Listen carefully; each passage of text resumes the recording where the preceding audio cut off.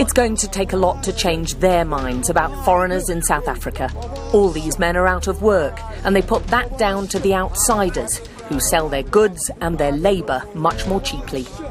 These people, they work for 80 rand a day, 90 rand a day. It's fine for them because when you go to his country, it's a lot of money. But for us, it's too small. So we are no longer getting jobs anymore because of the salary we're looking for. I guess we are dead already. You see, our brothers, they are dead there. They have burned in the shops. They have burned in the houses. You see? Okay, simple as much better we die here. We are not going back there, seriously. On 17 January 1983, Nigeria's President Shehu Shagari issued an executive order that expelled 2 million undocumented West African migrants. About 1 million of these migrants were from Ghana. Do you think they're doing it? What is to blame for this?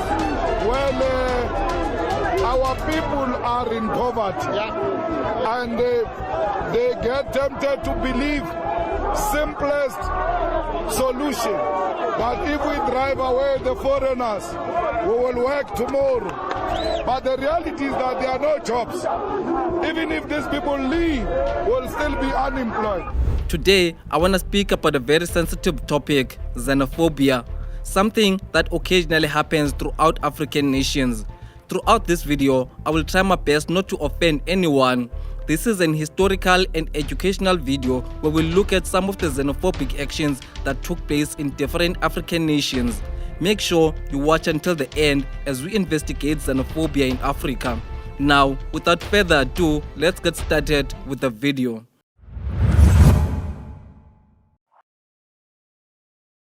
The very first country that we're going to take a look at is Ghana. Ghana was colonized by the British Empire, and in 1957 they finally gained their independence. A black government under the leadership of Kwame Nkrumah pursued ambitions and development plans in different sectors. The government invested heavily in infrastructure, education, and different sectors throughout the country. In the early 1960s, Ghana was one of the world-leading cocoa producers, which brought substantial revenue and contributed to the economic growth. Nkrumah's administration emphasized industrialization through the construction of factories, hydroelectric plants like the Akosombo Dam, and other state-owned enterprises. Economic development led to urbanization as people moved to cities for better opportunities. More and more Ghanaians were lifted from poverty, and soon people from neighboring countries such as Benin and Nigeria immigrated to Ghana.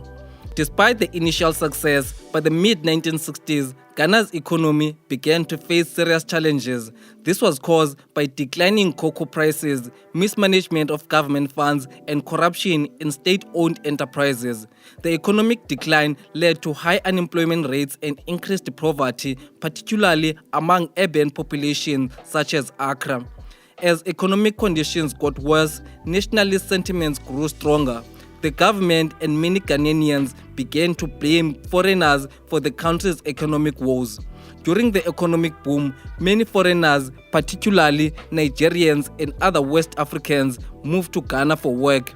These immigrants were perceived as taking jobs and resources from native Ghanaians.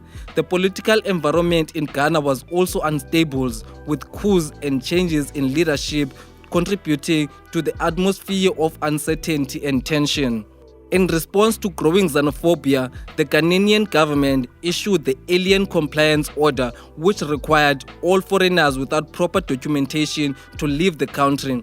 This order was primarily targeted at Nigerian immigrants. The enforcement of the order led to expulsion of hundreds of thousands of Nigerians and other foreign nationals. Many foreigners faced harassment, violence, and confiscation of property during this period.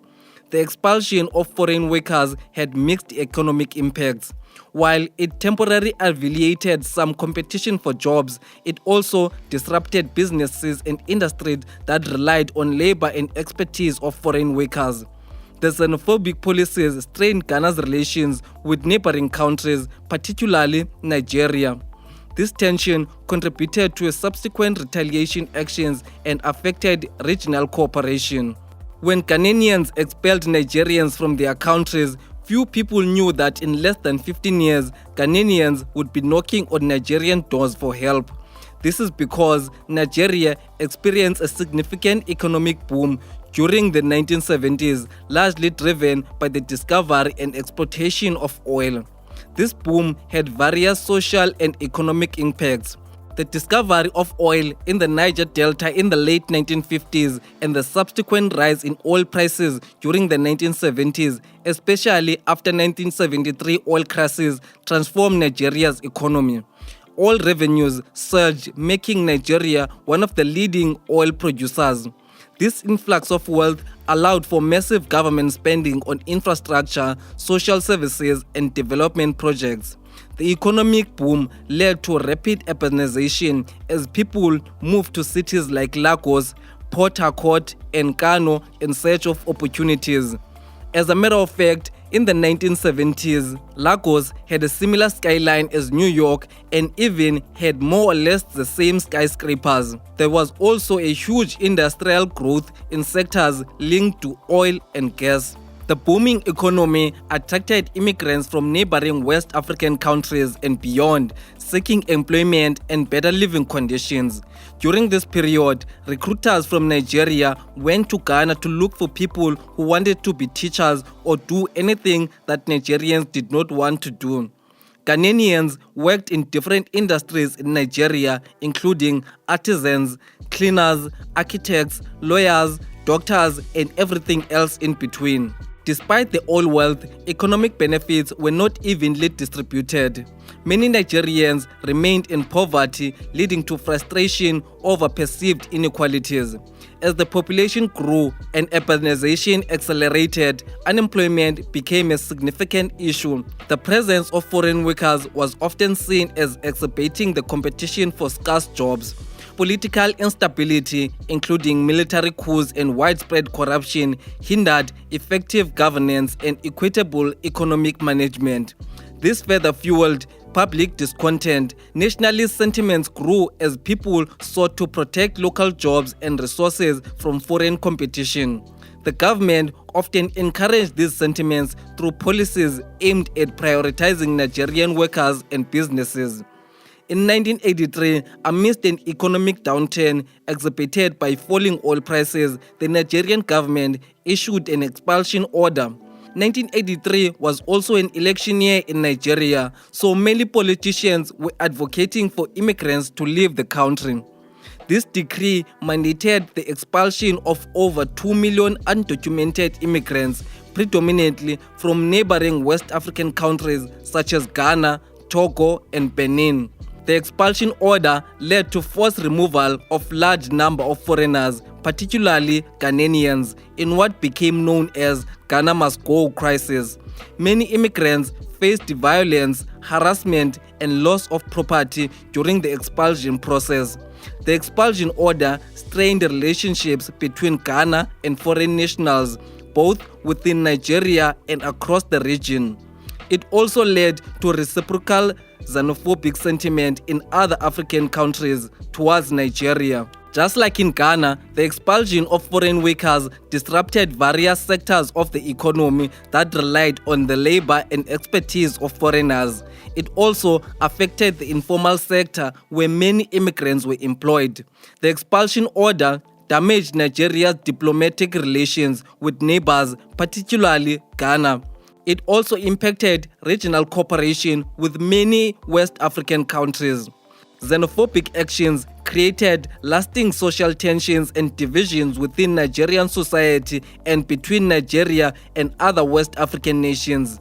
The xenophobic events in Nigeria during the economic boom illustrate how rapid economic changes coupled with social and political challenges can lead to discrimination and hostility towards foreign nationals.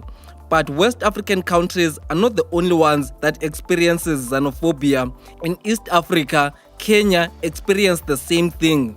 During the colonial era, there were tensions between different ethnic groups and immigrants due to colonial policies of segregation and resource allocation. Post-independence, these tensions continued to some extent. Kenya has been a major host country for refugees. particularly from Somalia, South Sudan, Ethiopia, and other African nations. The Dadaab refugee camp, one of the largest in the world, has housed hundreds of thousands of refugees, many from Somalia. Many Kenyans perceive immigration and refugees as competitors for jobs, resources, and business opportunities. This perception is particularly strong among urban areas with high unemployment rates. The presence of Somali refugees has often been linked to security issues, particularly due to the activities of militant group Al-Shabaab. Terrorist attacks in Kenya, such as the Westgate Mall attack in 2013 and the Garissa University College attack in 2015, have heightened fears and suspicions towards Somalis. Kenyan politicians and public figures have sometimes used anti-immigrant statements to gain support, particularly during election periods. These statements can inflame xenophobic sentiments among the population. There have been incidents of violence, harassment, and discrimination against Somali refugees and other foreign nationals. Refugees have faced attacks on their homes and businesses, particularly during periods of heightened tensions. Immigrants and refugees often face discrimination in accessing services such as education, healthcare, and unemployment. They may also encounter difficulties in obtaining legal documentation and protection. The Kenyan government has tried to close the Dadaab refugee camp. Although their actions are often justified security concerns, foreign nationals perceive them as discrimination. In response to a series of terrorist attacks, the Kenyan government launched a security operation targeting the Somali community in Nairobi's East Lane neighborhood and other areas. Thousands of Somalis were detained and many faced extortion, harassment, and deportation. To come easily, we have some people coming from Tanzania, Morocco. They fear to come in easily because the rumors that we have those Al-Shabaab in Isili. Since Kenya entered Somalia 3 weeks ago, there have been grenade attacks in the capital, Nairobi, and in Garissa, a town bordering Somalia. Interestingly, the man charged with the crime was neither a Somali nor a Kenyan Somali. That has not changed Kenyans' perception of the terrorist tag. The targeting of immigrant businesses and labor can have negative economic consequences, disrupting markets and reducing the economic contribution of immigrant communities. Kenya has a legal framework in place to protect the rights of refugees and immigrants, including the Refugees Act and international treaties. However, implementation and enforcement remain challenging. Xenophobia in Kenya reflects a complex interplay of economic, social, and political factors. Addressing it requires comprehensive efforts to promote social cohesion, protect human rights, and ensure equitable development. Now, over to the Central Africa, let's talk about xenophobia in Zambia. Since gaining independence in 1964, Zambia has experienced various waves of immigration. Refugees from conflict-ridden regions, particularly from Rwanda, Zimbabwe, and the DRC, have sought refuge in Zambia. Zambia has faced significant economic challenges over the years, including fluctuating copper prices, which are the mainstay of its economy, high unemployment rates, and poverty.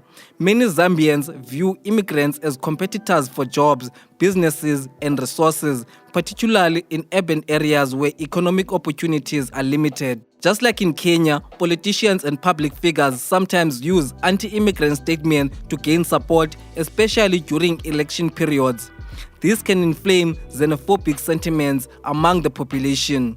There are perceptions that immigrants can contribute to rising crime rates. These concerns are often heightened by incidents involving foreign nationals. Immigrants in Zambia faced violence, harassment, and discrimination. Attacks on foreign nationals and their properties have occurred occasionally, particularly during times of economic or political tension. Immigrants often face discrimination in accessing services such as healthcare, education, and employment. They may also encounter difficulties in obtaining legal documentation and protection from the police. At times, government actions and policies can be seen as targeting immigrants, such as increased migration enforcement and deportations.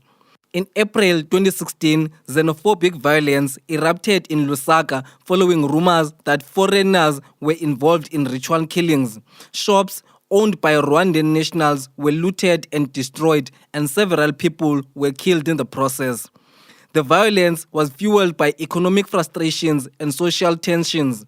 Rwandan nationals who fled xenophobic attacks in the Zambian capital, Lusaka, are holding up in a camp outside the capital.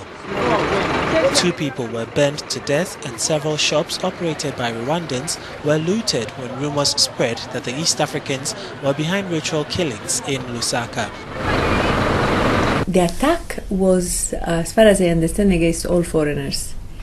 So in fact, the people who came asking for protection by UNHCR doors, as well as the doors of the Office of the Commissioner for Refugees, were mainly Congolese. Okay, so everybody's talking about the Rwandan population, but in reality, everybody has been victim. Meanwhile, some of the Rwandans are returning to their homes in Lusaka following assurances of protection from President Edgar Lungu. Other instances of xenophobia, violence and harassment have occurred in different regions across Zambia, often linked to local economic and social conditions. To combat these issues, the Zambian government has taken steps to address xenophobia, including in public condemnations of violence, efforts to improve community relations, and initiatives to integrate refugees and immigrants. Now, let's go to the south and talk about South Africa. This nation is perhaps known as the most xenophobic country in this century. Xenophobia in South Africa has been a recurring and significant issue, particularly targeting immigrants from other African nations. South Africa got its freedom in 1994. The apartheid system, which ended in that year, created deep economic and social inequalities. The legacies continue to influence current socio-economic conditions, contributing to competition and tension over resources. The end of apartheid saw the increase of migration to South Africa from neighboring countries and beyond. The country became a primary destination for people seeking better economic opportunities, political stability, and refuge from other countries in Africa. Factors that lead to xenophobia in this country include high unemployment rates and widespread poverty, which contribute to perceptions that immigrants are competing with locals for jobs, housing, and social services. This is especially prevalent in townships where resources are scarce. Immigrants are often scapegoated for rising crime rates in illegal activities, fueling resentment and fear. It's going to take a lot to change their minds about foreigners in South Africa. All these men are out of work, and they put that down to the outsiders who sell their goods and their labour much more cheaply. These people, they work for 80 rand a day, 90 rand a day. It's fine for them because when you go to his country, it's a lot of money. But for us, it's too small. So we are no longer getting jobs anymore because of the salary we're looking for. Understand? These people, they are accepting small money. So they are ruining us in each and every side of ours.